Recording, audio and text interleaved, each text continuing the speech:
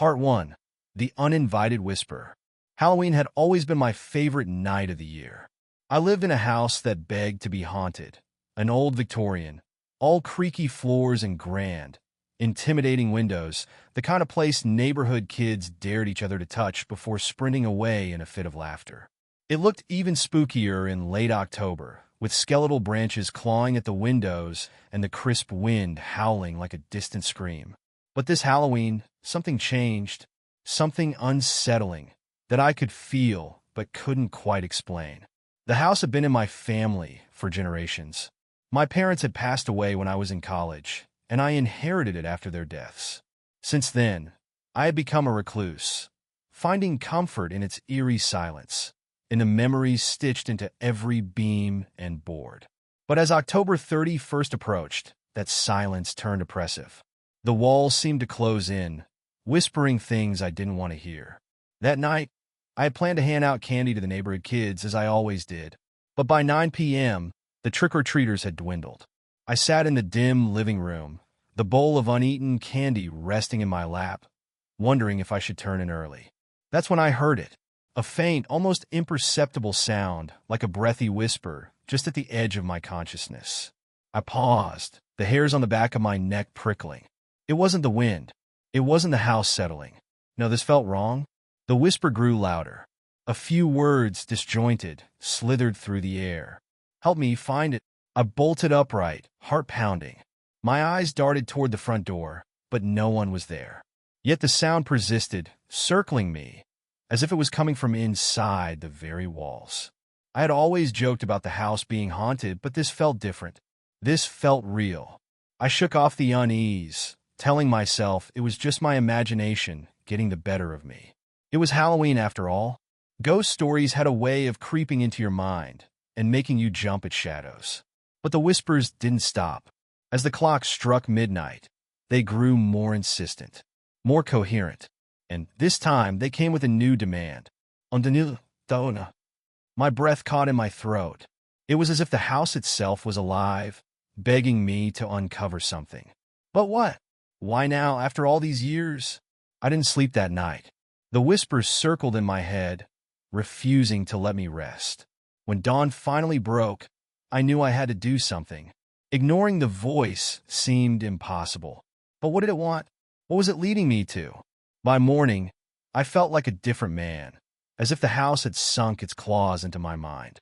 I found myself wandering into the basement, somewhere I hadn't set foot in for years. The air was thick with dust, the smell of damp earth filling my lungs.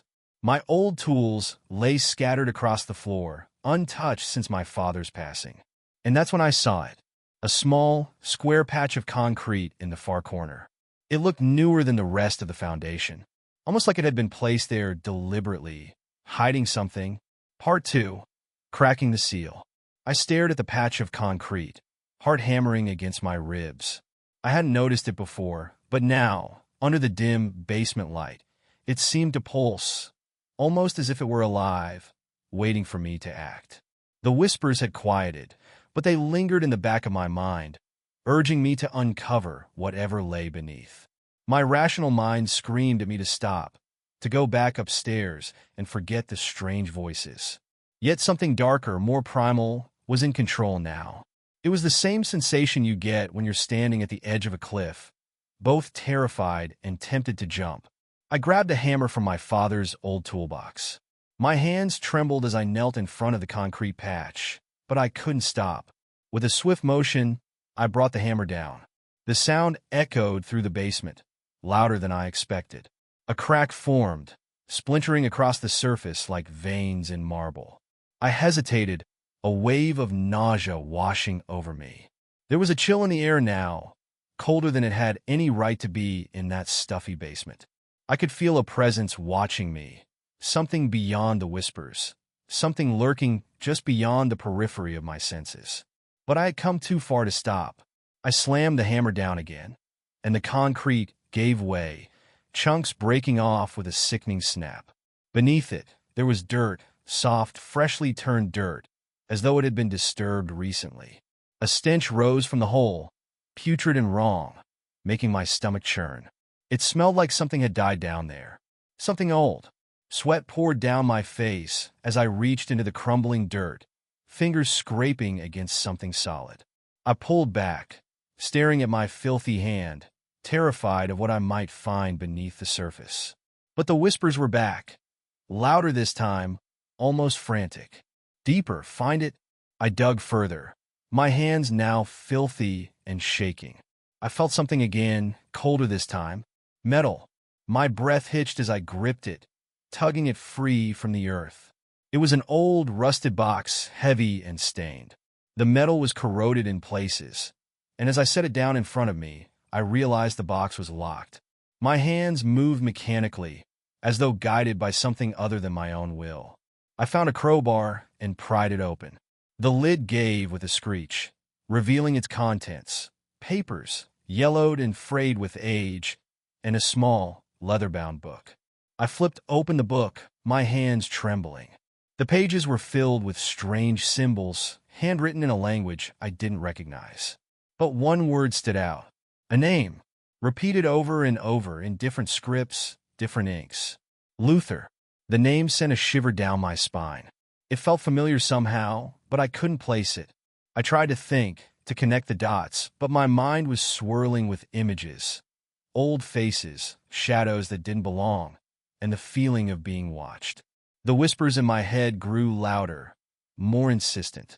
That's when I noticed something else buried under the papers. A photograph.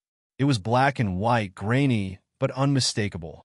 Two figures stood in front of the house, but their faces were blurred, obscured by some strange distortion.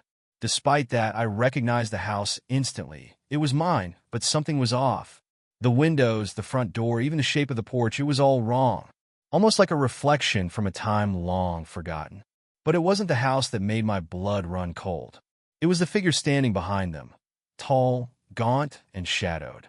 Its face was hidden in darkness, but I could feel its gaze, boring into me through the years.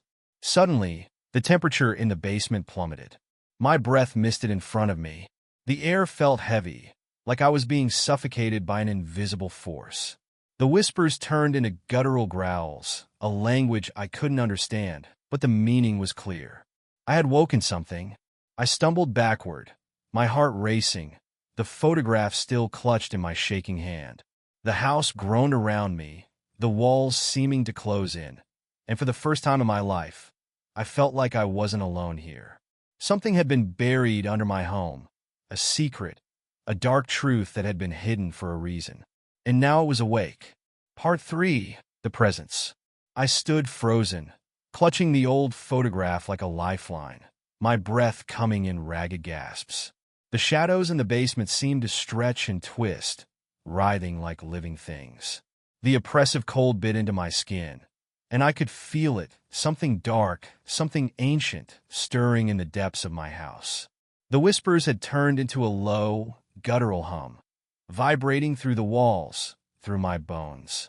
It was as though the very foundation of the house had come alive, groaning under the weight of something terrible.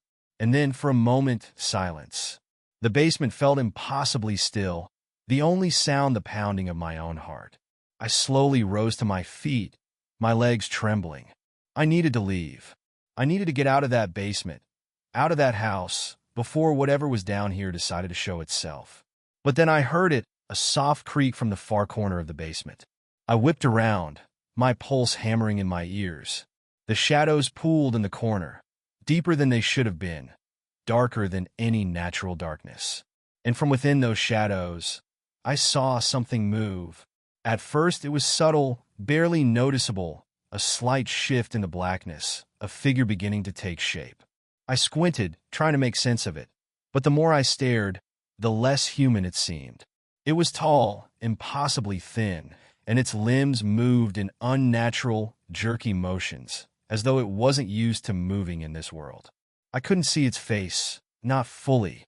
It was obscured by shadow, but what little I could make out was wrong. There were too many eyes, glinting like wet stones in the dark, and its mouth the shape of it, too wide, too long. It was grinning at me. I backed away, my legs threatening to give out, but the thing in the shadows didn't move. It just watched, that hideous grin widening as if it was savoring my terror. The whispers returned, louder this time, as if they were coming directly from the figure. Find it. The voice was barely a whisper, distorted, scraping against my ears like nails on a chalkboard. My throat tightened, my breath hitching in my chest. I couldn't move. I couldn't tear my eyes away from it. It stepped forward. I stumbled back, my body slamming into the wooden stairs behind me. The thing moved slowly, deliberately, its grotesque limbs bending at unnatural angles as it closed the distance between us. Its eyes, those impossibly dark, glistening eyes, never left mine. The grin on its face stretched wider, splitting its skin like old leather. I felt bile rise in my throat. I needed to run. I needed to get out of there. But my legs refused to work, paralyzed by the sheer horror of what was unfolding before me. Fine. Luther. The name echoed in my mind, bouncing off the walls of my skull, sending a wave of nausea crashing through me. Luther. Who was Luther? Why did this thing want me to find him? The figure reached out a spindly arm, its long, bony fingers curling towards me. I could feel the air shift around me, the cold deepening as it got closer. My skin prickled with goosebumps, and the room seemed to darken, the light from the single basement bulb flickering. And then, just as its fingers brushed against my arm, everything stopped. The shadows retreated. The figure dissolved into the darkness as though it had never been there. The air grew warmer, the oppressive weight lifting from my chest. For a brief moment, I thought maybe I had imagined the whole thing, that it was a trick of the mind, the result of too many sleepless nights and too much time spent alone in this house. But the open box at my feet, the photograph in my hand, and the lingering stench of decay in the air told me otherwise. I bolted up the stairs, my heart racing, and slammed the basement door behind me. My hands shook as I locked it, as though that flimsy wooden door could keep whatever was down there from coming back. I stumbled into the living room, gasping for air, my mind spinning. The house felt different now, more alive, more dangerous. I could feel it in the walls, in the floorboards, like the house itself was watching me. The photograph burned in my hand. I looked down at it, desperate for answers. The two figures in front of the house still stared back at me, their faces blurred beyond recognition. But the shadowy figure behind them, it seemed clearer now. I could see more of its shape, more of its grotesque, stretched limbs. I dropped the photo on the coffee table and backed away, my head pounding with questions. Who was Luther? Why had I been led to this thing in my own home? And most importantly, what was it that I had woken up? I knew one thing for certain. My house wasn't my house anymore. It belonged to something else now. Something old. Something that had been waiting for me to dig it up. And I had no idea how to stop it. Part 4. Uninvited Guest. For hours, I paced the living room, glancing nervously at the basement door, waiting for something, anything, to happen. The house was quiet again, but not in a comforting way. It was the kind of silence that suffocated, the kind that pressed down on your chest, making each breath feel harder than the last. I could still feel that presence lurking in the shadows, watching, waiting. My phone buzzed on the coffee table, startling me out of my thoughts. I grabbed it, hoping for a distraction. It was a message from Eric, my friend and coworker at the local hardware store. We weren't close, but we grabbed drinks after a long shift every now and then. Hey man, you doing anything tonight? My fingers hovered over the screen.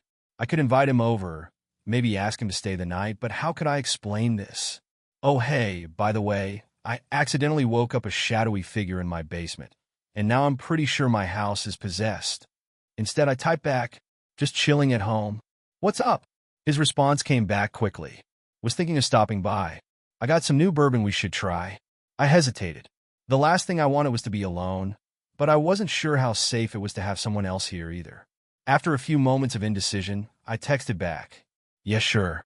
Come over.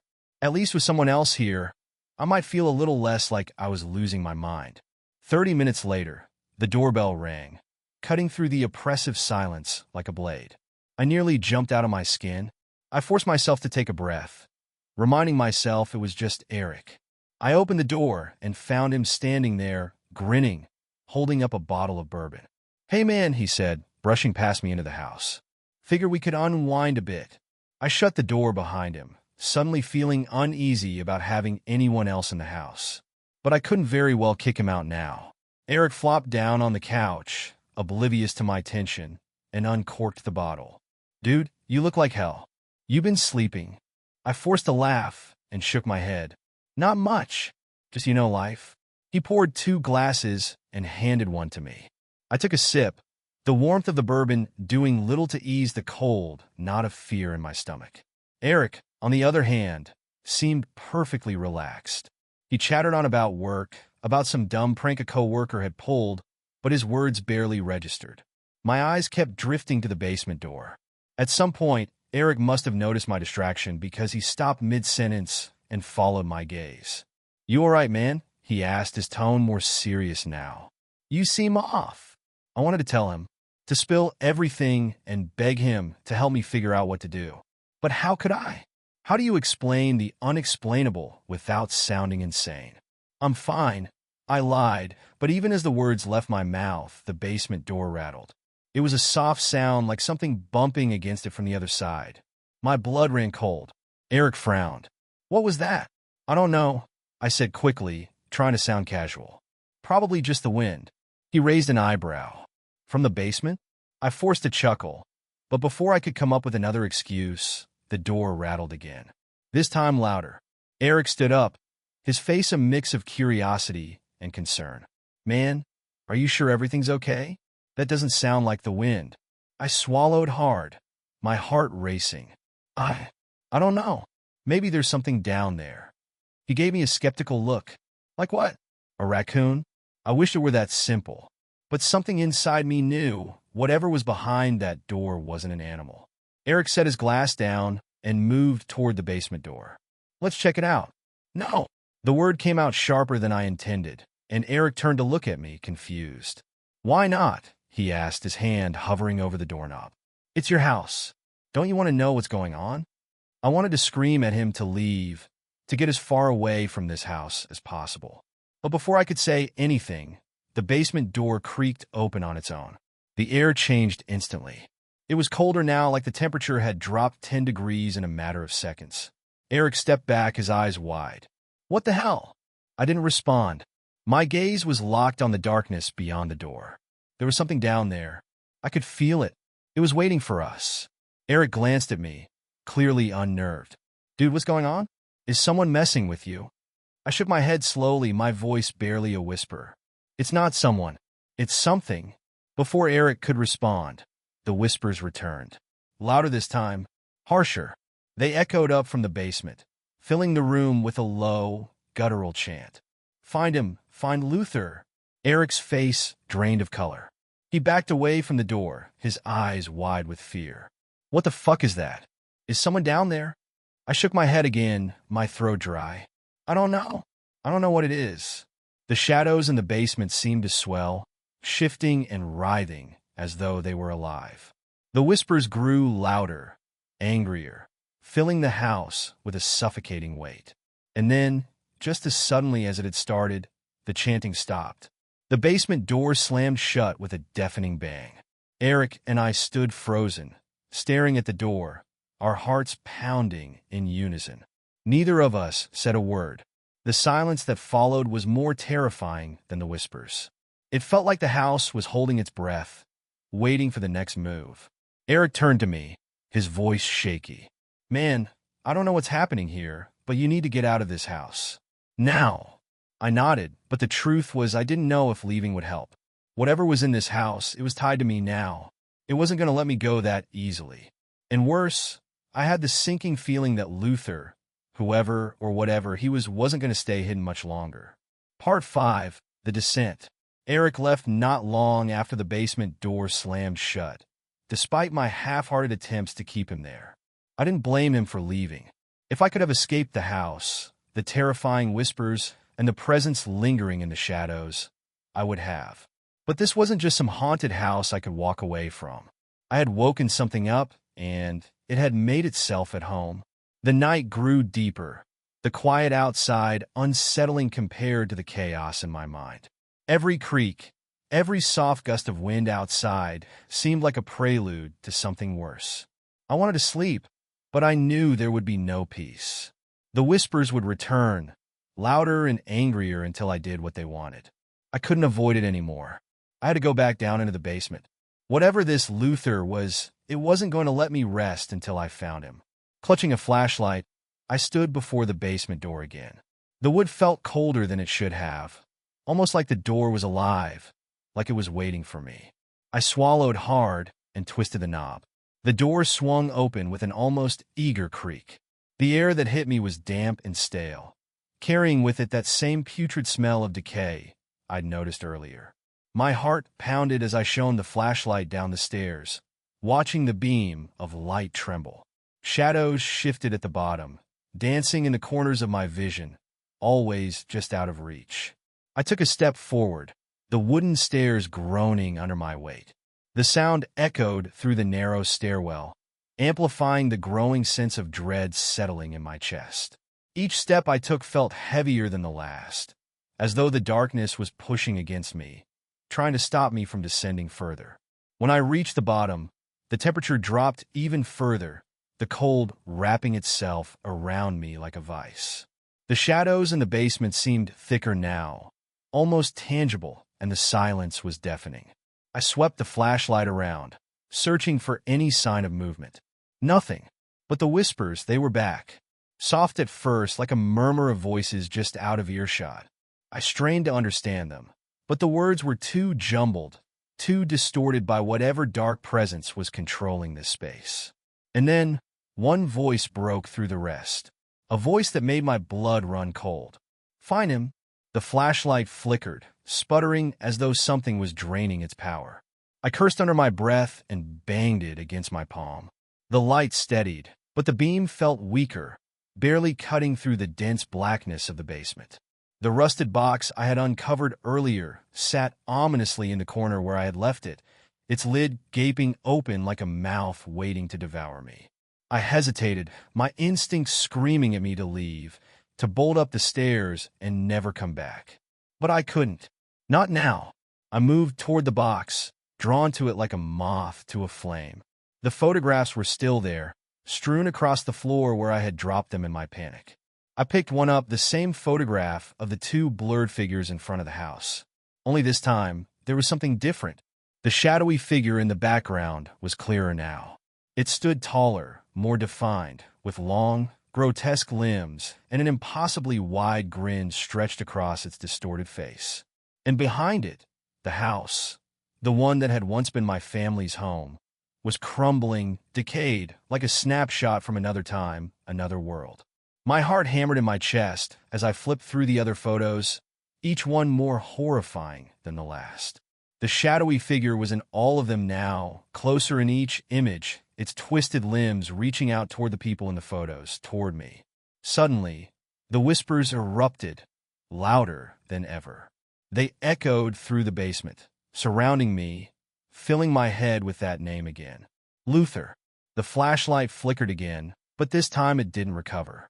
The beam cut out completely, plunging me into total darkness. My breath caught in my throat, and I stood there frozen, the box still in my hands. The whispers grew frantic, circling me, swirling around my mind like a storm. And then I heard it, footsteps. Slow, deliberate footsteps coming from the far corner of the basement. I couldn't see anything, but I could feel it. That presence. It was here with me now, no longer content to hide in the shadows.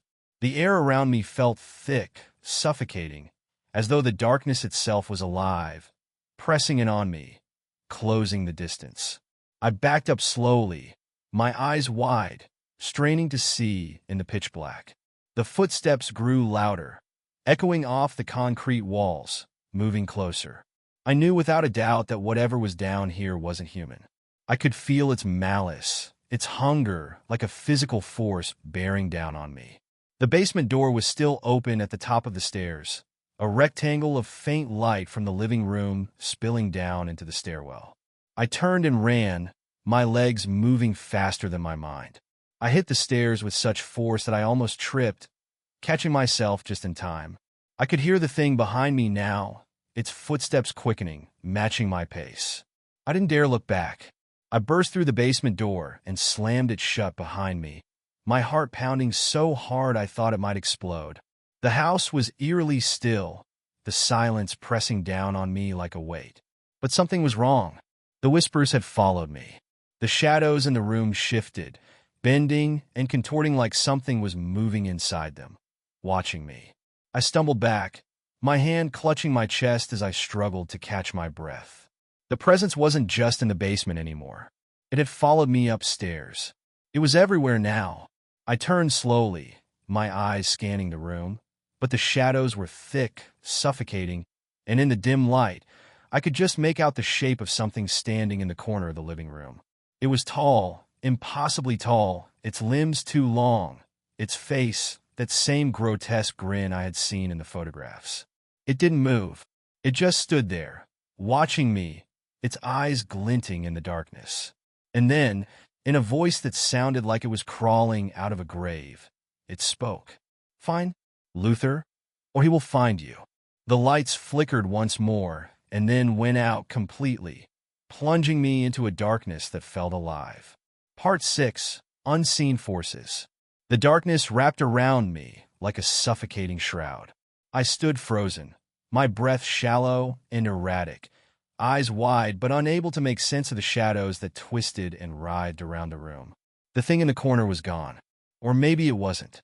Maybe it was just hiding, waiting for me to let my guard down. The whispers were everywhere now, filling the room like a swarm of locusts, buzzing in my ears, crawling under my skin. They weren't just whispers anymore, though. They were words, clear and sharp, slicing through the suffocating darkness. "Luther, find him, or suffer." I stumbled backward, bumping into the edge of the couch, my mind racing. Who was Luther? What did this thing want from me? I had never heard that name before I found the box. Never once had any reason to think that my house, had been hiding such a dark, twisted secret. And yet here I was, chased through the basement by a creature I couldn't even fully comprehend. I fumbled for my phone, my hand shaking so badly that I almost dropped it. The screen lit up in the darkness, the soft glow a small comfort, but it was short-lived. As soon as I unlocked the phone, the screen flickered. Static lines rippled across it, and then nothing. The screen went black, the device as dead as everything else in this cursed house. I was on my own. A sudden knock shattered the silence, followed by another, louder this time. It came from the front door. My heart jumped into my throat. I wasn't expecting anyone, not after Eric had bolted. No one should have been at my door. My legs felt like lead as I approached it, each step heavier than the last, the weight of dread hanging over me. My hand hovered over the doorknob, hesitation gnawing at me. Deep down, I knew that whoever or whatever was on the other side wasn't there to help. It was part of this nightmare I had unleashed. The knock came again, this time more urgent, like it was demanding to be let in. With a trembling hand, I turned the knob, and the door creaked open. The porch was empty. The street beyond lay silent, cloaked in darkness. Not a single light flickered in the houses that lined the road, and the thick fog clung to the ground like some living thing. My eyes scanned the empty street, and just as I was about to close the door, something caught my eye. Footprints. Wet, heavy footprints leading up to my door. They stopped at the threshold, but no one had left them. I stepped outside, scanning the immediate area. Nothing, but the air felt thick, heavy with something I couldn't see. And then I heard it, faint at first, but growing louder. A whistling. A low, mournful tune that drifted through the fog, crawling into my ears and settling into my bones. Did-did-dum, did-did-dum. The melody was hauntingly familiar, the same one I had heard on a loop in some childhood memory long forgotten. I strained to see through the fog, searching for the source of the sound, but the street remained empty. I stepped back into the house, slamming the door behind me. The whistling continued outside, circling the house like it was searching for a way in. I backed away from the door, my body tense, every muscle screaming at me to run, to leave this place, and never come back. But I couldn't. The whispers were growing louder again, relentless, crashing through my skull. Find him, find Luther. I needed answers, and I needed them now. I rushed back to the living room, my eyes falling on the box and the scattered papers. Something in there had to explain what was happening. My fingers dug through the contents, desperate to find any clue, any scrap of information that would help me make sense of this nightmare. The book. The small, leather-bound book. I had barely glanced at it before, but now it felt like the only lifeline I had left. I flipped it open, the brittle pages crackling under my fingers. The symbols scrawled across the yellowed paper were foreign, but the name Luther was everywhere, written in dark, frantic script. My eyes locked onto one passage, a line repeated several times, almost like a warning. Luther cannot rest until his debt is paid. Blood must balance blood. My stomach twisted. What debt? What blood? And how did I fit into all of this? A sudden gust of wind blew through the room, scattering the papers and knocking the photograph from the table. The lights flickered violently, and the air grew thick again, like it was pressing down on me. The whistling outside grew louder, more insistent, and I realized with dawning horror that it wasn't just coming from one direction anymore. It was surrounding the house, closing in. I grabbed the photograph from the floor, my eyes drawn once more to the shadowy figure in the background. It had moved. The figure was no longer standing at a distance behind the two people in the photo. It was closer now, its long limbs stretching out, reaching toward the figures. The room grew colder. The lights flickered again, then went out completely. I was plunged into darkness once more, the only sound the eerie whistling circling my house. I turned on the flashlight again, the weak beam barely cutting through the suffocating black.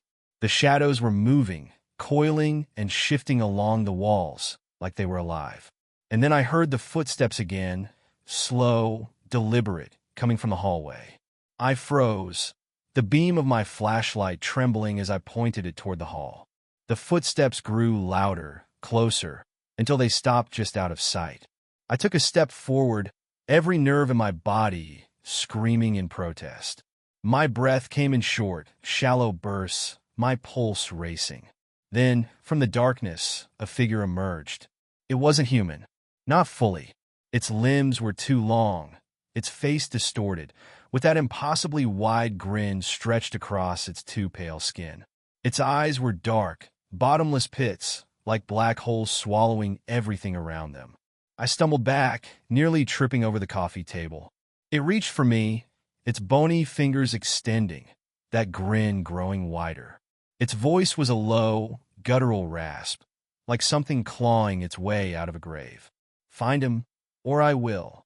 The thing moved closer, its eyes locked onto mine, and I felt an overwhelming sense of dread. It wasn't just a threat. It was a promise. If I didn't find Luther, whatever that meant, this creature would make sure I paid the price. With no other option, I turned and ran. The house felt smaller, the walls pressing in on me as I scrambled to the front door, my heart thundering in my chest. But when I reached for the door, it wouldn't budge. The house wasn't going to let me leave. Part 7, the lockdown. My hands fumbled with the door handle, yanking it with desperate force, but it wouldn't move. It was as if the house itself had decided to seal me in, to trap me with whatever it was. I banged against the wood, my breath coming in sharp, ragged bursts. My heart thundered in my chest, pounding in my ears, and panic set in. The whistling outside, that damned whistling, grew louder, more insistent, as if mocking me. Whoever, or whatever, was circling the house knew I was trapped. There was no escape. The shadows seemed to pulse, thickening in the corners of the room, taking shape in impossible ways. I backed away from the door, my hand still clutching the useless doorknob. A voice, low, rasping, inhuman, slithered into the silence, coming from somewhere deep within the walls. Luther, bring him back. I squeezed my eyes shut, hoping to wake from this nightmare. But the air grew colder, biting into my skin. The footsteps from the hallway returned, heavy and slow, each step deliberate, like they were savoring the chase. I turned to face the darkness, the beam of my flashlight trembling in my unsteady hand. My heart was a wild drum in my chest. The figure was coming for me, creeping toward me from the hallway. Its grotesque limbs scraped against the floor, and that hideous grin, stretched too wide, gleamed in the dim light. I needed to think fast. The whispers surged, frantic now, and something inside me snapped. If I didn't find a way to understand what this creature wanted, I was done for. I had to figure out who Luther was and what debt had been left unpaid. But I couldn't do that trapped in this room with it. My eyes darted toward the basement door, the one place I least wanted to go. But it was the only part of the house that seemed tied to all of this, the only place where I could find answers. Maybe if I went back down there, I could finish what I had started, find Luther, whatever that meant, and put an end to this nightmare. I forced myself to move, bolting toward the basement stairs. The footsteps quickened behind me, a low, rasping breath chasing me through the house. The air grew thick with dread, but I didn't look back. I couldn't. I flung open the basement door and practically threw myself down the stairs, the flashlight shaking wildly as I descended into the suffocating darkness. The stairs creaked beneath me, each step a violent jolt to my already fragile nerves. The cold hit me like a wall as I reached the bottom, the oppressive weight of the basement wrapping itself around me like a suffocating blanket. The door slammed shut above me with a deafening bang, and I was plunged into darkness again, my only light the flickering, feeble beam of the flashlight. My breath came in ragged gasps as I scanned the basement, searching for anything that could help me understand what I had unleashed. The whispers returned, louder than before, swirling around me in a chaotic cacophony. They seemed to come from every direction at once, a chorus of voices, each more desperate and sinister than the last. Luther, the debt, blood must be paid. The words rattled in my skull, disjointed and strange. But one thing was clear. This wasn't over. I hadn't just woken up a ghost or spirit. I had reawakened a curse. I dropped to my knees, frantically searching through the dirt where I had found the box. My hands dug into the cold earth, the same spot where I had uncovered the photograph and the book. There had to be something else, something I had missed, and then I felt it. Buried deep in the soil was something hard, metal. My fingers scraped against it, and I pulled it free from the dirt. It was another box, smaller this time, rusted and ancient. My hands trembled as I fumbled with the clasp, and when it finally gave, I pried the lid open. Inside, there was a single object, a key, old and worn, its surface pitted with rust. Next to it was a folded piece of paper, yellowed and brittle with age. I carefully unfolded it, my fingers shaking, and squinted to make out the faded words scrawled in a hurried, frantic hand. To whoever finds this, you are too late. Luther cannot be stopped. We tried. Oh God, we tried. Blood was spilled, but it was not enough. The debt is eternal. His hunger endless. Pray he never finds you. The paper slipped from my fingers, my heart plummeting. The key felt heavy in my hand, a dead weight. What was it for? And what did it mean that Luther could not be stopped? I clutched the key, my mind racing. If Luther couldn't be stopped, why was the house demanding I find him? Why were the whispers pushing me toward him? The basement seemed to darken further, as if the shadows were closing in on me. My heart pounded in my chest, and I fought the rising panic. Think, just think. The answer had to be here, somewhere, and I had to act before it was too late. Suddenly, I remembered the photograph. The one with the shadowy figure, now clearer than before. It had been reaching toward the house, toward the people. The same figure that was now stalking me.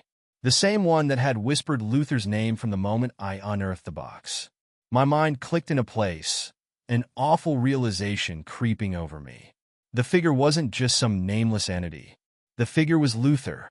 The rusted key in my hand seemed to burn my skin, a sharp reminder that I held something important, something connected to him. I had to find where it belonged. Maybe if I unlocked whatever it was guarding, I could end this once and for all. Maybe I could stop Luther's curse. But the basement was so dark, and the walls seemed to shift around me. Where could the lock be? I swept the flashlight across the basement walls, the weak light flickering in and out. And then I saw it, A small, rusted lock embedded in the far wall, barely noticeable behind a stack of old crates. My pulse quickened. That had to be it. I rushed toward the wall, fumbling with the key as the air in the room grew colder. The shadows seemed to tighten around me, the whispering louder, angrier now. I could feel it, Luther, drawing closer, his presence thick in the air, suffocating. My hands shook as I fit the key into the lock. For a moment, it didn't turn, and I thought I was too late. But with one last twist, the mechanism clicked, and the lock fell away. The wall shuddered, and a hidden door creaked open, revealing a narrow, black passageway that seemed to go on forever. The whispers stopped. The air fell silent, a suffocating pause before the storm. I stepped inside, knowing there was no turning back now. Part 8. The Corridor of Shadows. The moment I stepped into the narrow passageway, the air changed. It wasn't just colder. It was thick, heavy, as though I had crossed a threshold into another world. The darkness in the passage felt alive, pressing against me, wrapping around my limbs like a vice. My breath caught in my throat, every step forward a struggle, but I couldn't stop now. The flashlight beam flickered weakly, barely illuminating the ground beneath my feet, and the walls around me were rough, jagged stone, unlike the basement walls. This passage was ancient, older than the house itself, and it pulsed with a malevolent energy that made my skin crawl. My footsteps echoed unnaturally, as though the space was far larger than it appeared. It felt like I was descending, though I could no longer see the stairs. The floor sloped downward, into the bowels of the earth, deeper than the basement should have gone. There was no sound now, no whispers, no creaking walls, just the oppressive silence, and my own heart pounding in my ears. I moved forward, each step heavier than the last, the darkness around me feeling more oppressive, more tangible. The passage seemed endless, stretching on forever, and my fear clawed at me, whispering that I had made a mistake, that there was no way out. I was too deep now, too far from the surface, too far from escape. But I kept going. The walls grew narrower, the air colder, and I began to feel something else, something watching me. I could feel its presence, just out of sight, lurking in the shadows. My mind raced back to the figure I had seen in the photographs, the thing that had stalked me from the basement. Luther. I wasn't alone down here. A faint scraping sound echoed through the corridor, sending a jolt of terror through me.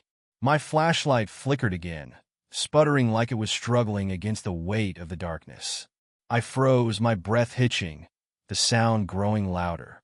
Something was moving in the shadows. I raised the flashlight, sweeping it across the narrow corridor. But there was nothing, just the oppressive blackness that seemed to swallow everything in its path. But the scraping sound continued, closer now, as if it were just around the next bend. I had to keep moving. Whatever was behind me, whatever was in this passage, was getting closer, and I had no intention of finding out what it was. I pushed forward, my legs heavy with dread, the flashlight barely cutting through the darkness. The passage narrowed even more, forcing me to turn sideways to squeeze through. My heart pounded in my chest, every nerve screaming at me to turn back, but I was too far gone now. The key, the lock, the door, this was the only way out of the nightmare I had unleashed. Then I saw it, faint at first but unmistakable. A faint, flickering light at the end of the passage, casting long, twisting shadows on the stone walls. It looked like firelight, soft and weak, but in this suffocating darkness, it was a beacon of hope. I hurried toward it, the oppressive air growing thicker, more malevolent. The sound of scraping behind me intensified, echoing off the walls, but I didn't dare look back. I could feel it now, Luther. His presence was thick, suffocating, crawling up my spine with every step I took. He was following me, drawn to me, like a predator stalking its prey. I reached the end of the passage, and there, just beyond the faint flicker of light, was a small chamber. The walls of the chamber were lined with symbols, like the ones in the leather-bound book, etched into the stone in dark, dried stains that I dared not think about. At the center of the room stood an altar, carved from the same rough stone, and atop it was a body. My stomach twisted as I approached. The body was skeletal, its skin shriveled and blackened, stretched tightly over brittle bones. The remains were draped in tattered, rotting robes, and in its bony hand, it clutched a thick, rusted chain that extended from the altar down into the earth. A sickening realization washed over me. This was Luther. The figure on the altar hadn't just been a shadow or a ghost. It had been a man, and now he was a cursed, tortured soul, trapped down here for God knows how long. The whispers surged back, louder than ever, crashing through my mind like a wave. Luther, release him, release the dead. I stepped closer, my eyes drawn to the rusted chain. It was embedded deep into the ground beneath the altar, stretching impossibly into the earth below. My heart raced, my hands trembling as I reached for the chain. This was it. This was what the whispers had led me to. The curse, the debt, it was tied to this man, to this thing that had once been Luther. But what would happen if I released him? The whispers grew frantic, pleading, desperate. The room seemed to pulse with their energy, the walls closing in around me. I had to decide now. My fingers wrapped around the chain, the cold metal biting into my skin. A shudder ran through me as I yanked it upward, trying to free it from the earth. The chain groaned, creaking under the weight of whatever was buried beneath the surface, and the chamber seemed to tremble in response. And then the ground beneath me gave way. I fell backward, my hands slipping from the chain as the floor cracked and crumbled, splitting open like a wound. I scrambled to my feet, but the ground continued to shake, pieces of stone falling around me. The whispers were a deafening roar now, drowning out all other sounds. And from the gaping hole in the floor, something began to rise. I stumbled backward, my heart slamming in my chest as I watched in horror. A figure, tall, impossibly tall, emerged from the darkness below, its limbs long and twisted, its face obscured by shadow. But I knew what it was. Luther. He had been freed. His grin was wider now, impossibly wide, stretching across his grotesque face. His eyes, dark, empty pits, locked onto mine, and for the first time, I understood the full weight of the curse I had unleashed. This wasn't just about him. It was about the house, about the land, about something far older than either of us. Luther had been a prisoner, but now that he was free, the debt would be paid. The blood that had bound him here was not enough. It had never been enough. And now, he wanted more. I turned and ran, the chamber collapsing around me as the floor continued to crack and crumble. The passageway that had led me here felt longer now, the walls closing in, the darkness suffocating. Luther's footsteps echoed behind me, slow and deliberate, growing louder with each passing second. I ran faster, my breath ragged, my legs burning. I couldn't let him catch me. If he did, I knew what would happen. He wouldn't just kill me. He would make me part of the curse. I could see the faint light of the basement ahead, a beacon in the endless black. I pushed harder, my heart threatening to burst from my chest. The shadows swirled around me, Luther's presence pressing in. But I reached the stairs, threw myself up the steps, and slammed the basement door behind me. I locked it, but I knew that wouldn't be enough. He was coming for me, and there was no stopping him now. Part 9. The Haunting Pursuit. I slammed the basement door shut, the loud bang echoing through the house. My hands trembled as I fumbled with the lock, twisting it into place, even though I knew it wouldn't hold him back. Not now. The air was thick, and the whispers, now an endless cacophony, pressed against my skull like a rising tide. They were no longer the disembodied murmurings of some distant force. They felt personal, urgent. The house itself groaned, shifting as if it were alive, as if it had taken on the will of whatever I had unleashed. "He's coming," the whispers sang, mocking and relentless. I staggered back, my chest tightening with panic. I could still feel Luther's presence. It was heavy, like an anchor pulling me down. He was no longer confined to the shadows or the depths of that cursed chamber. He was free now, and I had set him loose. I had barely made it out of that passage. I could still feel the weight of the ground collapsing beneath me, the chains breaking, the darkness swallowing everything as Luther rose from his prison. His tall, gaunt figure, twisted and grotesque, had followed me up those narrow stairs, and now I knew he wouldn't stop until I was his. I sprinted to the living room, breath coming in ragged gasps. The entire house seemed to pulse, alive with the curse that had been locked inside for God knows how long. Luther wasn't just haunting this place. He was the place now, in every shadow, in every corner. The lights flickered, casting long, jagged shadows on the walls, and I knew he was close. I could feel his presence stalking me, creeping through the darkness with that twisted grin stretched wide across his pale face. I could feel his hunger, his endless, ravenous need. Find Luther, or be found. My mind raced, trying to piece together a way out, but nothing made sense. What had the paper said? Luther cannot be stopped. I had unleashed something ancient and insatiable, something bound to blood and vengeance, to a curse older than this house. I stumbled toward the front door, my fingers scraping at the lock. It wouldn't turn. The wood beneath my hands was ice cold, as if the house itself had sealed me in, trapping me inside its belly with the monster I had freed. The pounding started again, soft at first, but growing louder, like a heartbeat beneath the floorboards. And then came the footsteps, slow, deliberate, each step sending a shiver down my spine. The house creaked and groaned under his weight. Luther was coming. The whistling from outside returned, that same haunting melody that had followed me ever since I dug up the box. It circled the house, echoing through the walls like the howl of a cold wind. Did-did-dum, did-did-dum. I had to think fast. The basement was no longer an option. Luther's prison had been broken, and the darkness down there was alive with his presence. But there had to be something, some way to fight back, to escape. I scanned the room, desperate for anything that might help me. And then I saw it, the photograph. The one of the two blurred figures standing in front of my house, with Luther looming behind them.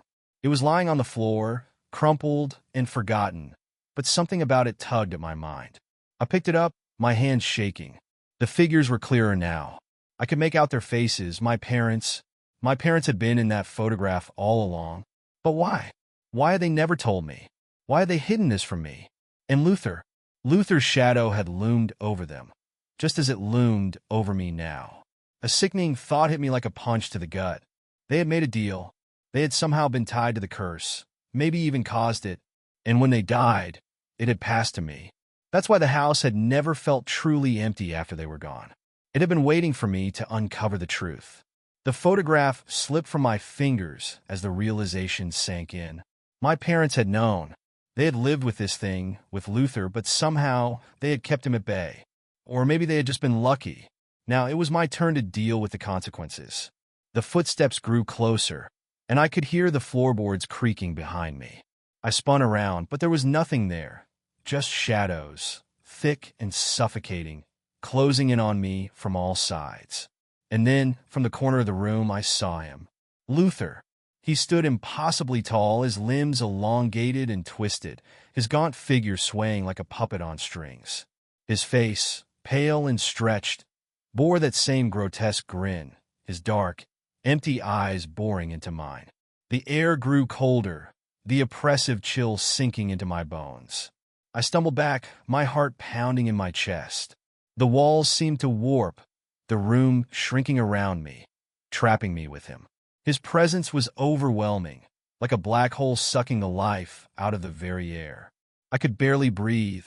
Blood must balance blood, the whispers hissed in my mind. Luther took a step forward, his twisted limbs creaking with every movement. His fingers, long and bony, reached out toward me, his grin widening. I backed into the corner, trapped, my mind racing. I couldn't fight him. Not like this. He wasn't just a spirit. He was something much darker, something tied to the very essence of this place, this curse. And now he was free. But there was something else in the photograph, something that felt important. The chain. My eyes snapped back to the box, to the rusted chain that had been in Luther's hand when I found him. I had freed him by releasing it. Maybe, just maybe, I could stop him by binding him again. Without thinking, I lunged toward the box, my hands shaking as I grabbed the rusted chain. It was heavier than it should have been, as if it was alive, as if it knew what I was trying to do. Luther was closer now, his grin splitting his face as his fingers grazed my shoulder. His touch was ice cold, sending a shock of pain through my body. I cried out, but I held onto the chain, wrapping it around my hands like a lifeline. I turned and hurled the chain toward him. The instant it touched his skin, Luther recoiled, his smile faltering for the first time. The chain wrapped around his arm, tightening, and I could see the shadows pulling at him, dragging him back, as though the curse itself was trying to reclaim him. Luther let out a screech, his long limbs flailing as the chain tightened, pulling him back toward the basement door. His eyes locked onto mine, full of hatred, full of hunger. "You can't stop me," he hissed. But the chain was working. It was pulling him back, binding him to the curse that had held him for so long. He thrashed violently, the air growing colder, the shadows swirling around him like a storm. I watched, breathless, as the chain tightened further, dragging him down into the floor. The ground beneath him cracked, and Luther screamed, a bone-chilling wail that echoed through the house. His body twisted, contorting in impossible ways as the chain pulled him into the earth. And then, with one final, violent jerk, he was gone. The room fell silent. The shadows retreated. The oppressive cold lifted, and the whispers, the endless, maddening whispers, faded into nothing. I collapsed to the floor, my heart racing, my body trembling. It was over.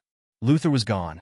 But as I lay there, gasping for air, I couldn't shake the feeling that the house wasn't done with me yet. The debt had been paid, but I wasn't sure who had paid it. Part 10. A Debt Repaid. I lay on the floor, my body trembling, every breath ragged. The house was still, too still. The oppressive weight that had filled every room, every corner, was gone, but the silence that remained wasn't comforting. It felt hollow, like something had been taken from the house, but something else had been left behind. I pushed myself to my feet, my legs shaky. The basement door was still closed, and the room was dark except for the faint flicker of a street lamp outside. My heart pounded in my chest, the events of the last few hours swirling in my head. Luther was gone. The chain had pulled him back to whatever hellish place he came from, but the whispers in my mind wouldn't stop. They were quieter now, almost faint, like an echo bouncing around inside my skull. Blood must balance blood. I looked around the room, my eyes lingering on the photograph that lay crumpled on the floor. My parents stared back at me from that grainy image, their faces clearer than before, though blurred by age and time. Luther had stood behind them, but now that shadowy figure was gone from the photo. But why had they never told me? What had they known about the house, about Luther, that I hadn't? And why had they left the house to me, knowing that something so dark, so cursed, lay beneath its foundations? I picked up the photo, my mind spinning with questions, but I didn't have any answers. I moved slowly through the living room, eyeing the basement door with unease. Luther had been chained and dragged back, but part of me couldn't shake the feeling that it wasn't over. The house still felt too alive, like it was watching me, waiting for something more. The chain. I had used it to bind Luther. I had won, hadn't I? But then I remembered the words in the letter, "Luther cannot be stopped." The curse wasn't about Luther. It was about the dead, the blood. I had been so focused on stopping him that I hadn't considered the rest of the warning. My heart pounded faster, a gnawing sense of dread creeping up my spine. The debt had been repaid. I stumbled back to the couch, the weight of everything crashing down on me. Luther wasn't the only prisoner here. There was something else. The house itself had been holding the curse, bound to it by blood, passed down through the generations. My parents had been part of it. Maybe they had escaped somehow, keeping the curse at bay, but it had come for me the moment I touched that chain. I buried my face in my hands, my mind racing. The blood debt. What did it mean? Who had to pay it? That's when I heard it, a soft, rhythmic tapping, almost like the ticking of a clock. At first, I thought it was my imagination, but the sound grew louder, more distinct. I looked up, my breath catching in my throat. The basement door was rattling. It started softly at first, a gentle creak of wood, but then it grew more violent, as if something or someone was banging against it from the other side. My blood ran cold, and I backed away, my eyes glued to the door. No, I whispered to myself. It's over. It has to be over. But the door continued to shake, and then, suddenly, it burst open with a deafening crack. The darkness from the basement spilled out like a living thing, curling and twisting into the room, swallowing the light. I stumbled back, my heart pounding, but nothing emerged from the basement. Just the cold, suffocating darkness that seemed to pulse like a living, breathing entity. And then the voices returned. Not the whispers from before, but different ones, louder, angrier. Voices filled with pain, with rage. I couldn't make out the words, but they surrounded me, filling the room, rattling the windows, shaking the walls. I backed against the far wall, my mind spinning. I had defeated Luther, hadn't I?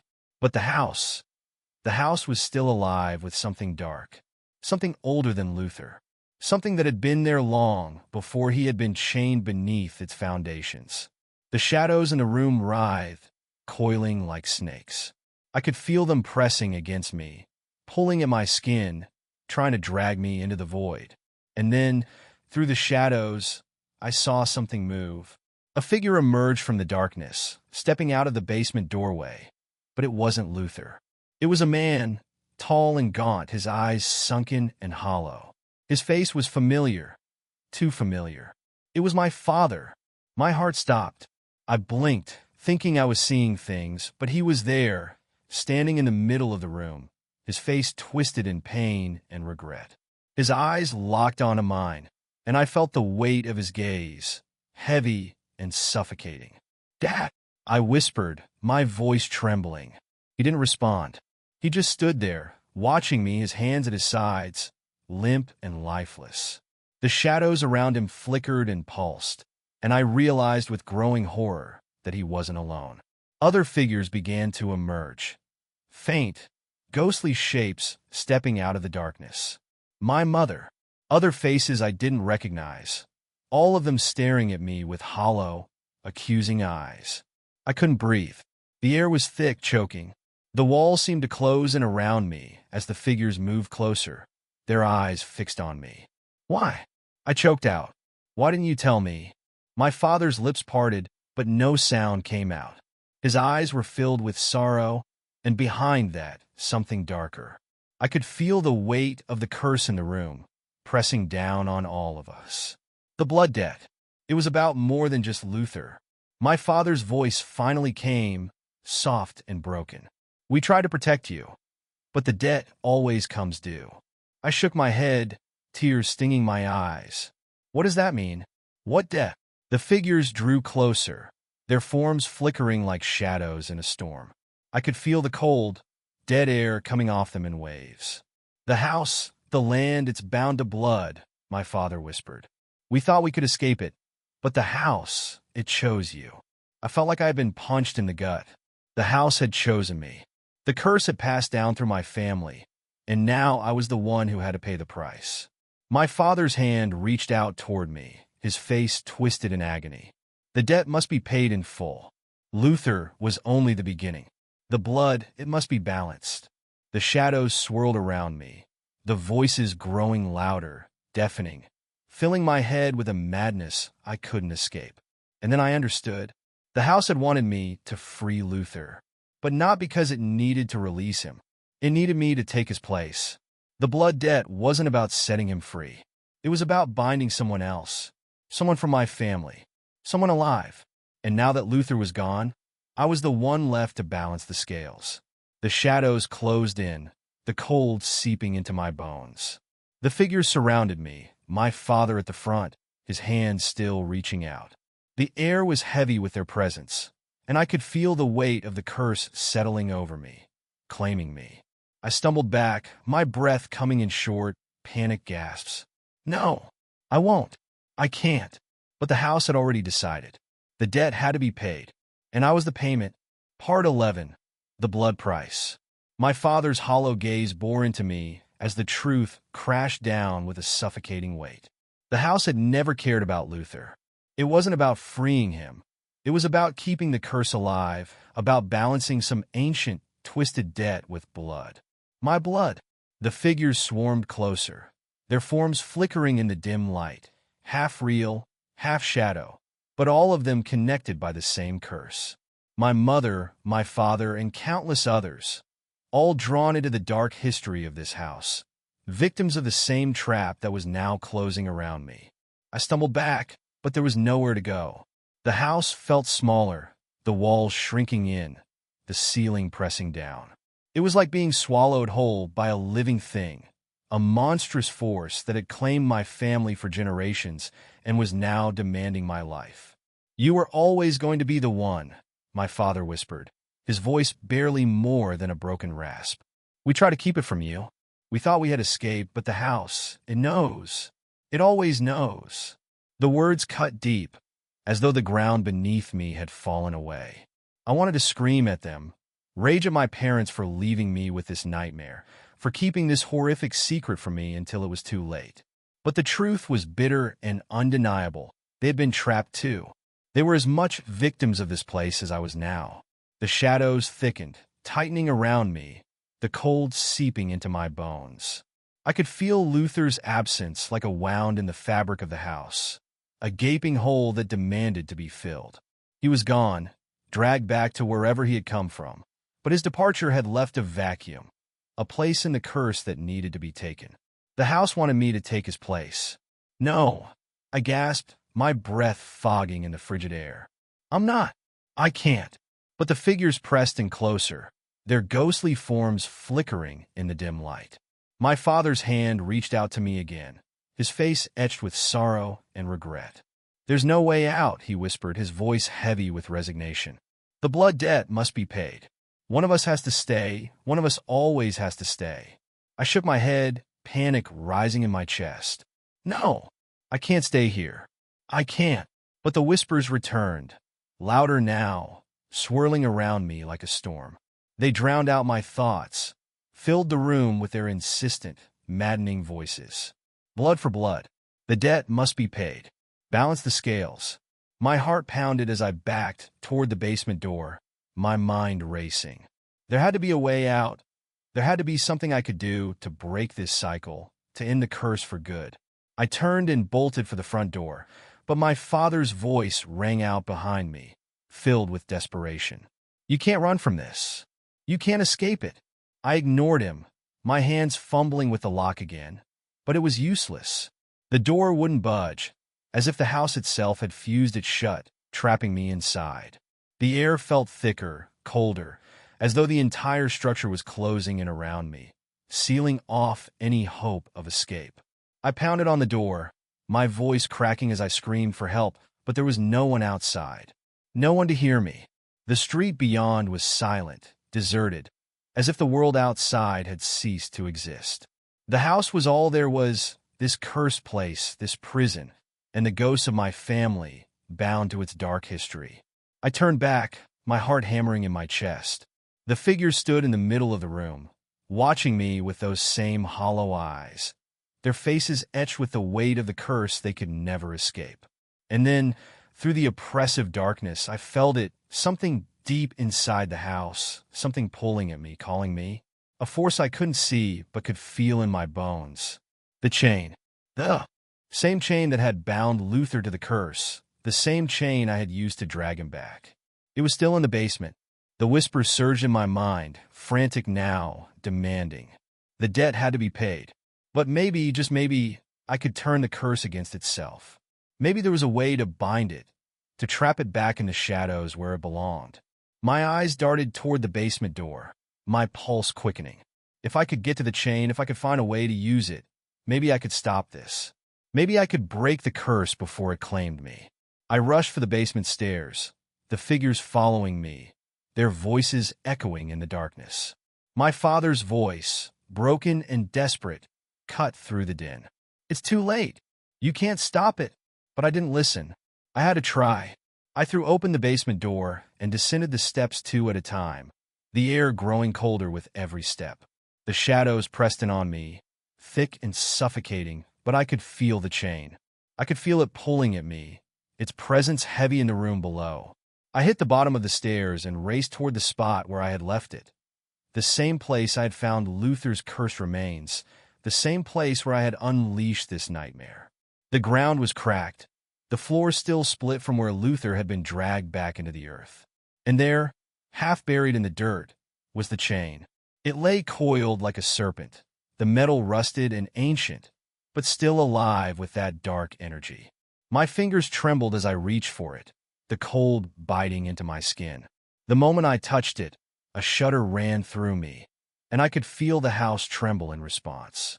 The figures were behind me now, watching, their voices a low, constant murmur. "You can't break the curse," my father's voice said, low and filled with sorrow.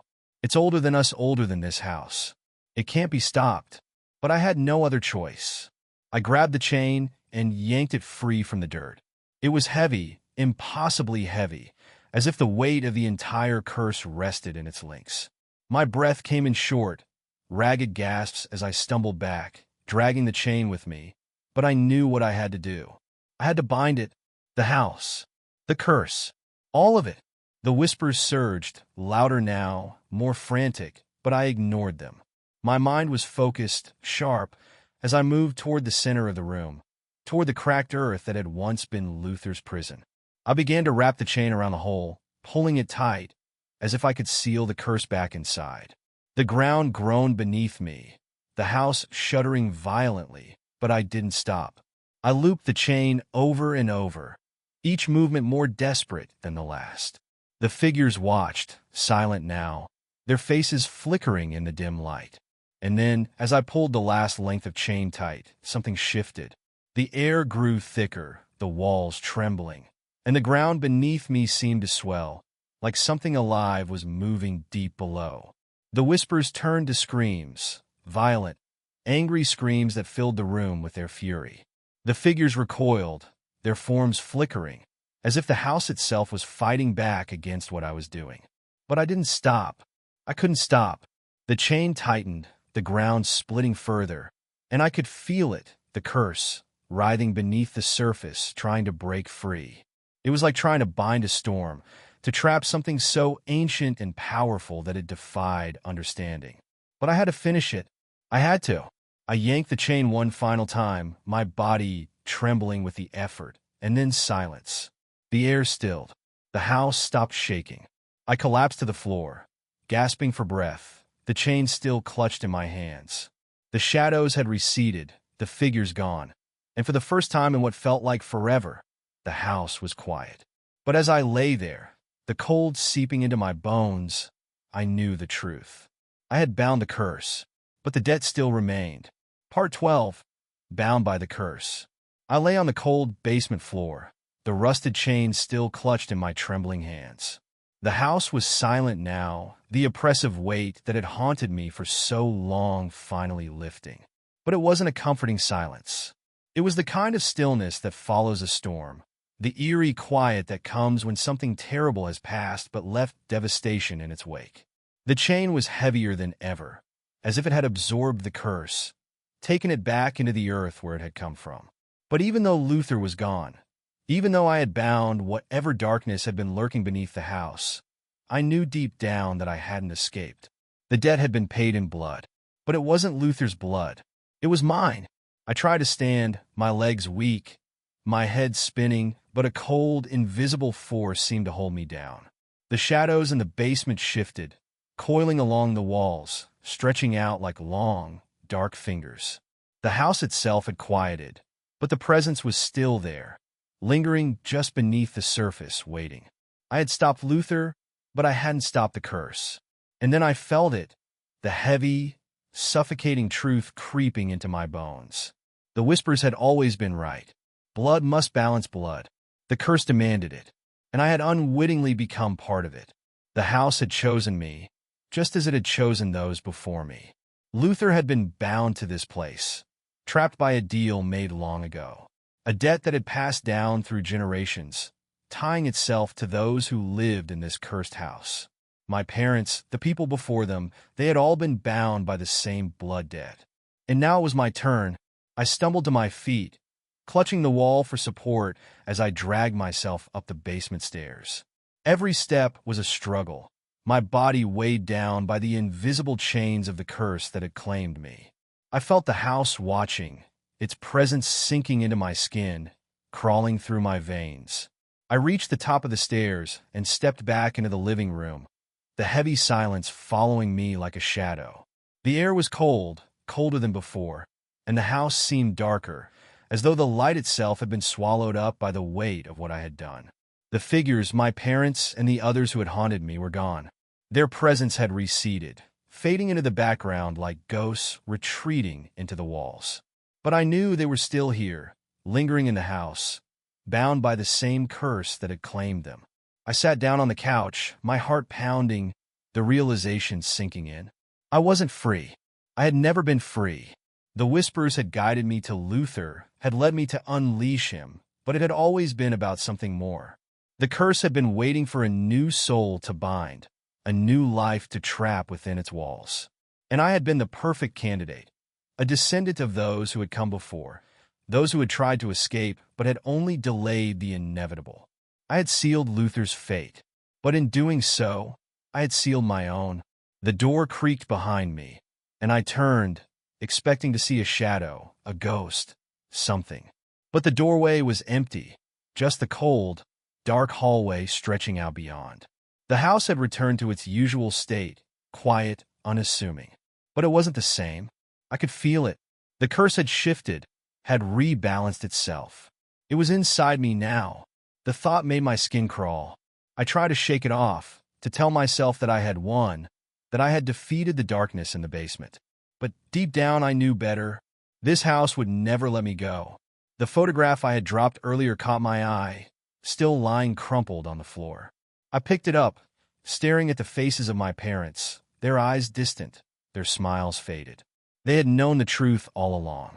They had lived with the curse, managed to keep it at bay, but they had never escaped it. They had passed it on to me. I turned the photograph over, hoping to find some message, some clue that would make sense of all this. But there was nothing, just a blank, yellowed back, worn with age. I placed it on the table and slumped back into the couch, my head in my hands. The cold was seeping deeper into me now, the chill settling into my bones. I could feel the house, alive around me, breathing, watching. And I could feel the curse, my curse, tightening its grip, wrapping around me like the chain I had used to bind Luther. The silence stretched on, thick and heavy, pressing down on me like the weight of 1,000 years of suffering. I knew then that there was no escaping this. I had become part of it, bound to the house, just as Luther had been. The whispers had stopped, but the curse was still there, lurking, waiting for the next turn, the next victim, the next life to take.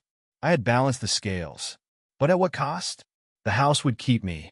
It would keep me until the day I died, and when I was gone, it would pass the curse on to someone else. The cycle would continue, unbroken, as it had for generations. I glanced at the basement door, half expecting it to swing open again, to feel the cold gust of air, the pull of the darkness below. But it remained shut, silent. I had bought myself some time, but I knew it wouldn't last. The house was patient. It would wait for me, watch me, keep me within its walls until it was ready to take what it was owed. I stood up slowly, my legs trembling, and walked toward the front door.